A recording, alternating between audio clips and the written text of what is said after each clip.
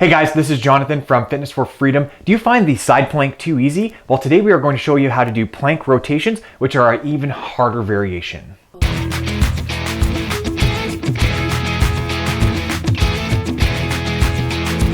All right, so if the side plank is too easy, then you'll want to consider doing a plank rotation. Or if you just want a little bit more variety in your workouts, then you might want to try different plank rotation variations. Now, what's great about the plank rotation is that it's actually an anti-rotation exercise. So your whole goal of this exercise is to keep your spine as neutral as possible and to keep your pelvis square, okay? So what I mean by that is when you're doing a rotation, you don't want your hips to be coming up and you don't want to be rolling your hips forward and then rolling your upper body after. The whole time that you're doing a plank rotation, the goal is to keep your hips as stable as possible so that you're rotating at the exact same time. So by doing this, you rotate your body, but you really have to work your core because it's stabilizing your spine the whole time. Okay, now to set up properly, you set up the exact same way as you would for any other side plank.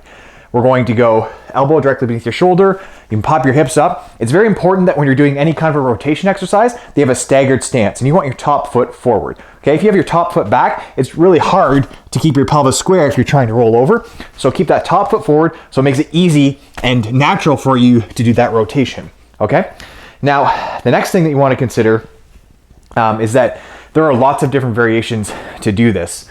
So the easiest one, or not the easiest one, but one of my favorites is just a straight plank rotation, okay? So if you're just starting out, I would get a good grasp on this one first because you're going to rotate, hold yourself for a couple of seconds, and then rotate again and hold yourself for a couple of seconds. Again, staying as flat as possible the whole time, okay?